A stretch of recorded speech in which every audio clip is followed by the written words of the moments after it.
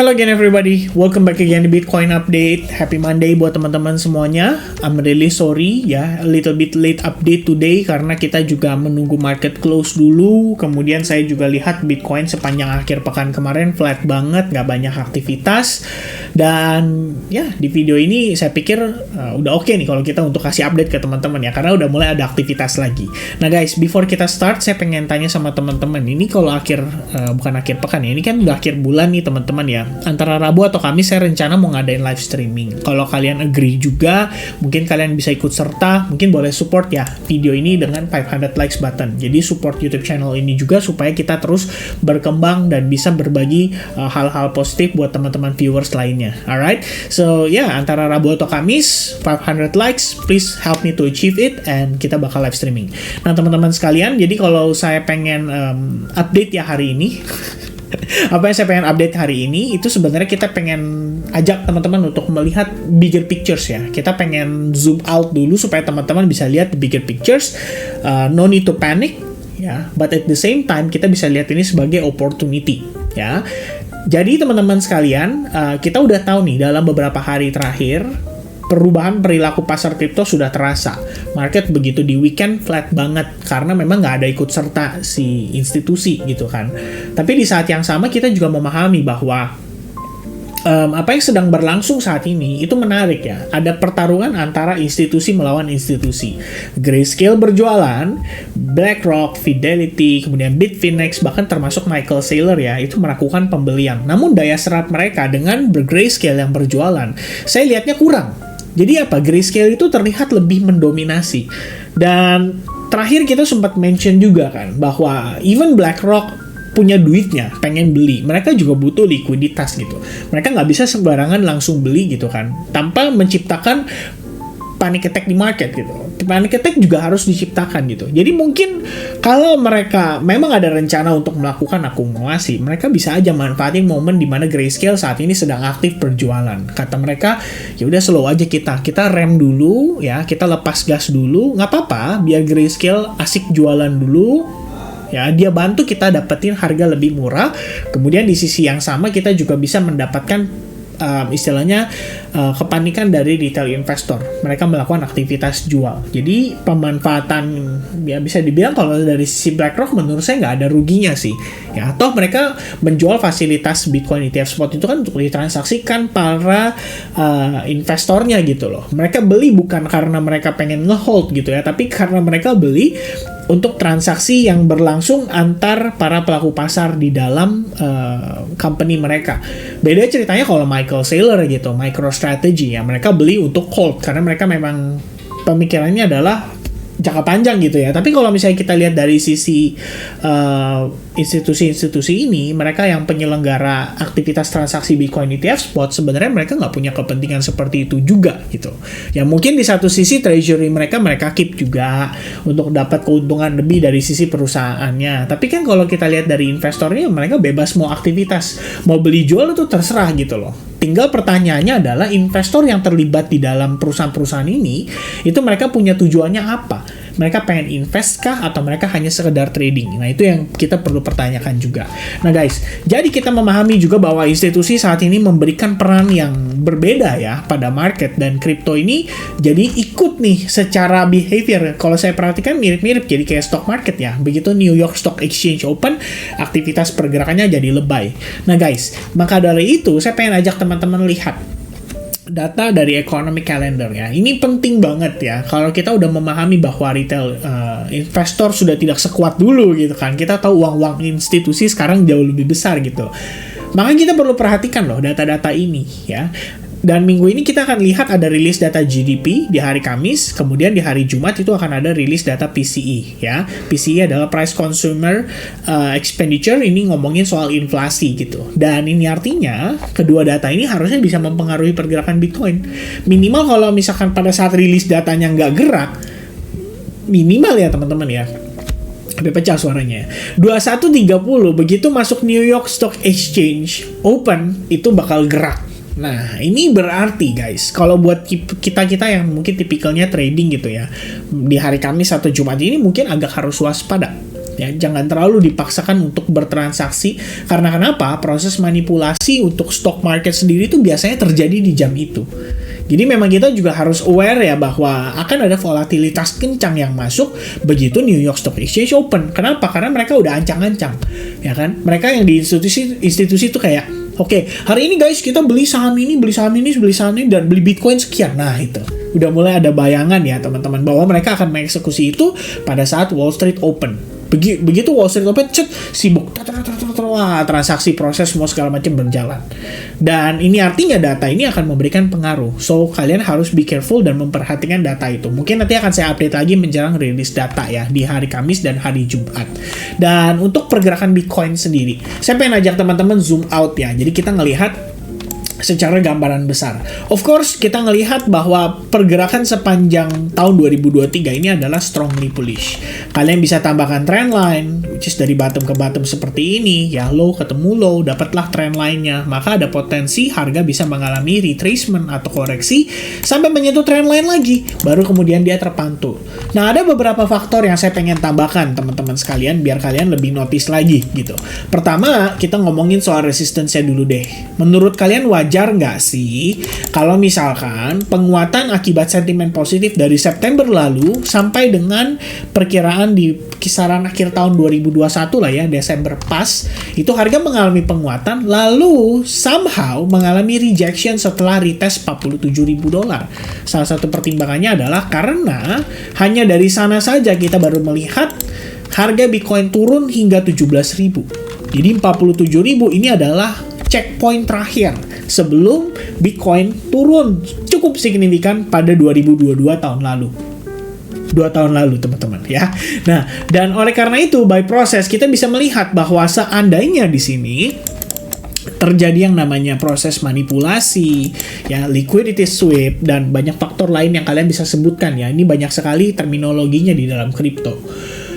Yang saya perhatikan adalah ketika harga naik, mungkin people panik. Ya, 46.000, 47.000, 48.000, mereka panik. Panik apa? Bukan panik selling tapi panik buying karena takut ketinggalan. Banyak orang yang menggaungkan Bitcoin ETF spot, begitu dia approve, this is your last chance, tidak akan ada lagi harga segini, pokoknya setelah ini dan lain-lain. Kalau kalian ya notice ya, itu banyak di mana-mana gitu loh. Dan kemudian menjelang Bitcoin ETF spot di approve, itu mulai hangat dibicarakan soal sell the news. Ini jangan-jangan begitu newsnya malah selling nih yang kita dapatkan. Dan faktanya ternyata demikian gitu ya. Dan kita nggak pernah tahu sebetulnya apakah ini bisa selling the news event atau event yang mengubah pergerakan Bitcoin secara masif hingga menembus $50.000. Ya kan, jadi saya rasa itu sangat wajar sekali kalau orang bingung ya pada tahap itu. Namun yang kita pahami adalah setelah Bitcoin ETF spot di approve, ternyata ada pihak-pihak yang memanfaatkan momen itu sehingga mereka melakukan aktivitas jual ya melalui si Grayscale tersebut. Ya, kita tahu perusahaan Grayscale sekarang lagi aktif jualan. Dan yang kita lihat ternyata pemanfaatannya cukup baik ya. Begitu buyersnya masuk, Grayscale manfaatkan itu untuk oke, kita jual. Jual ke siapa? Jual ke mereka yang FOMO. Itu pertama. Kedua, kita lihat lagi closingnya juga membentuk yang namanya bearish engulfing. Ya, salah satu indikasi yang saya mention itu melalui Twitter saya juga teman-teman ya. Jadi kita sempat update kan ya melalui Twitter saya. Kita lihat ya, ini sebenarnya ini bercandaan ya teman-teman. BTC koreksi 47.041 termasuk pelan ya. Makanya saya bilang ini kayak beruangnya gemuk nih, makanya pelan jalannya ya kan. Salah satu yang saya notice adalah ini guys, kita ngelihat ada regular bearish divergence. Itu sudah forming sejak kita update tanggal 13 Januari 2024. Bahkan sebelumnya sih. Jadi 13 Januari itu adalah saya post di sana, kemudian kayaknya beberapa hari atau mungkin sehari atau 2 hari sebelumnya kita ada sempat live streaming di YouTube ya, dan ini kita bahas gitu loh, Bitcoin ongoing koreksi ya. Mungkin kita coba cek ya untuk memastikan aja. Nah ini dia teman-teman ya. Tanggalnya tanggal berapa nih? 12 Januari. Jadi memang satu hari sebelum kita live streaming, kita post ke teman-teman, inilah pertimbangannya. Kemudian di tanggal 13 Januari, which is besoknya, kita ngelihat dia lanjut koreksi lagi dan cenderung turun, bahkan break terhadap minor trend line-nya, dan sekarang kita bahkan lebih turun atau lebih rendah lagi. Ya tentu saja ekspektasinya kita pengen lihat RSI-nya ini cooling down dan harganya bisa rebound atau reverse lagi. Namun sejauh ini kita lihat dengan closing Bitcoin weekly, bearish divergence itu sudah 2 indikasi ya. Yang ketiga teman-teman, memang faktanya adalah ini merupakan area resistance yang sangat kuat. Kalau memang di situ kita ketahan, wajar. Alright, nah itu udah 2 indikasi yang kita pengen ajak teman-teman untuk perhatikan. Lalu saya pengen tunjukin ke teman-teman, ini harusnya kita udah pernah bahas ya, cukup lama lah, dimana pergerakan Bitcoin itu sebetulnya di beberapa kondisi terakhir kita melihat ada reaksi yang sangat positif every time dia retest terhadap Fibonacci 50%. Nah ini sebenarnya bisa jadi acuan juga nih. Jadi kalau misalnya teman-teman bertanya, ini kalau memang Bitcoin mau koreksi, let's say dia sudah selesai nih dari fase distribusi ini. Ya ini kan kelihatannya kita konsolidasi ya, antara dia create base atau jangan-jangan dia patah dan harganya malah cenderung koreksi. Sejauh mana gitu kan? Nah, teman-teman kita coba lihat ya, ini adalah fakta yang menurut saya cukup menarik untuk teman-teman gali lebih dalam. Ya, di sini Fibonacci 50% retest holding, habis itu harga nanjak lagi. Let's say kita gunakan Fibo 50% juga dari sini, kita dapatkan level $35.000 ya. $35.000 atau $34.941 merupakan area support ya yang terbentuk pada pergerakan ini. Oke. Nah, teman-teman bisa lihat di sini merupakan area support dan saat ini berpotensi menjadi support lagi pada pergerakan berikutnya. Kemudian untuk menambah confluence-nya, kita bisa gunakan trendline ini ya. Teman-teman bisa lihat bahwa trendline ini terlihat cukup ya, bisa dibilang cukup valid lah ya. Karena ada 2 low point yang sudah ketemu di sana dan kita bisa gunakan informasi itu untuk kita mengetahui kira-kira seandainya harga koreksi sejauh mana. Well, probably $34,000 atau $35.000 before dia ngepump lagi. Ya, lalu apa yang mendukung? Ya, salah satu faktor yang mendukung saat tadi saya menggunakan MACD, saya lihat MACD ini mengalami kondisi di mana kita bisa lihat berpotensi mengalami yang namanya downshift atau bear cross, which is teman-teman bisa bayangkan dong kalau misalkan ini terjadi ya, let's say MACD-nya cenderung turun atau terkoreksi dan baru dia naik lagi. Kira-kira apa yang terjadi pada Bitcoin-nya ya kalau lihat kondisinya seperti itu? Well, probably this is what we are going to see, guys. Ya, sama aja gitu kan, kita ngelihat dia turun, MACD-nya cooling down, cross down dulu, habis itu baru pelan-pelan dia rebound lagi. Nah itu bisa menjadi salah satu faktor yang kita perlu perhatikan juga in case Bitcoin gagal untuk bertahan di atas exponential moving average 8 pada time frame weekly.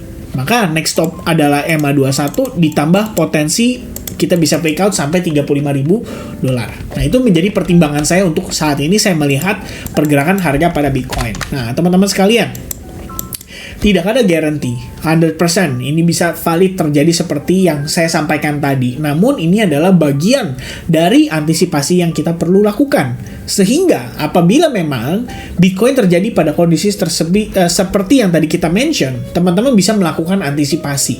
Oke, kalau memang ini harus koreksi dulu, we are totally fine. Why? Karena in the end guys, ini bullish structure. Ya kan? Ini bullish structure nih overall-nya. Kalaupun dia memang harus retracement, ini penting menjadi bagian dari potensi harga untuk dia menembus $50.000. Ya kan, ibarat pelari, ibarat mobil ya, harus isi bensin dulu, baru kemudian boom, dia bisa lari lebih kencang lagi atau bisa ngejar lebih kencang lagi ke next rally atau possible area higher high. Ya, kira-kira seperti itu. Nah, dari perspektif daily mungkin saya nggak bahas banyak. Yang penting kita ngelihat di sini ada trend line yang masih bertahan sebagai tahanan bawahnya. Dan di sisi exponential moving average sudah cross down. Jadi ini memang menjadi concern untuk possible koreksi lanjutan. Kalau saya hilangkan ini dan teman-teman perhatikan dengan seksama, ini minor trend line-nya juga sama. Posisinya sudah di breakdown gitu kan. Di breakdown, retest, and dia turun lagi gitu. Sekarang mungkin dia consolidate untuk persiapan turun. Ya we don't know gitu kan. Apakah itu possible untuk terjadi. Namun itu yang menjadi pertimbangan kita melihat probabilitas yang ada saat ini ya. Dan di sisi time frame hourly-nya Ya, I think kalau ngelihat pergerakan kemarin ya, sebenarnya ini udah sempat bagus loh guys. Harga udah sempat, wah ini kayaknya fake out nih, ya kan? Di area support ini kelihatannya kita fake out nih. Kalau fake out, biasanya tuh tendensinya seperti ini. Ya, kalau fake out teman-teman. Namun hari ini di Senin ya, pembukaan pada hari ini, begitu masuk jam 7 tadi, waduh langsung kenceng geraknya. Tuk tuk tuk tuk tuk, dia turun ya kan. Dia retest terhadap Fibonacci level dari swing ini, jadi dia balik turun 61,8 dapat reaksi. Nah, ini yang menjadi pertanyaan saya. Kalau saya melihat progres seperti ini, di mana di time frame 4 jam kita bisa katakan juga bahwa ini falling wedge nih. Kelihatannya harga bisa-bisa aja gitu kan untuk mengalami pantulan dan malah dia balik naik serta naik lagi gitu untuk retest, baru kemudian ya terserah deh, habis ini dia lihat dia reject atau habis ini dia malah kecenderungan naik, itu terserah teman-teman. Namun kita lihat falling wedge ya, ini harusnya bagus gitu kan. Tapi apakah itu cukup? Ya dari segi pola ya kan, bisa mengajak lebih banyak demand di market untuk masuk terhadap Bitcoin. Apakah itu cukup? Itu yang jadi pertanyaan saya. So, what I'm going to look ya saat ini adalah apabila memang dia harus mengalami retracement, dia breakdown tadi, dia naik, dia retest terhadap area supportnya, maka simple teman-teman. Kita coba lihat dulu saja.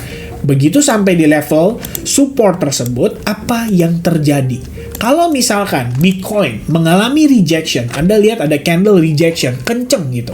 Menandakan bahwa tidak ada power buyers yang lebih banyak lagi setelah melewati level tersebut. Atau sampai di level tersebut.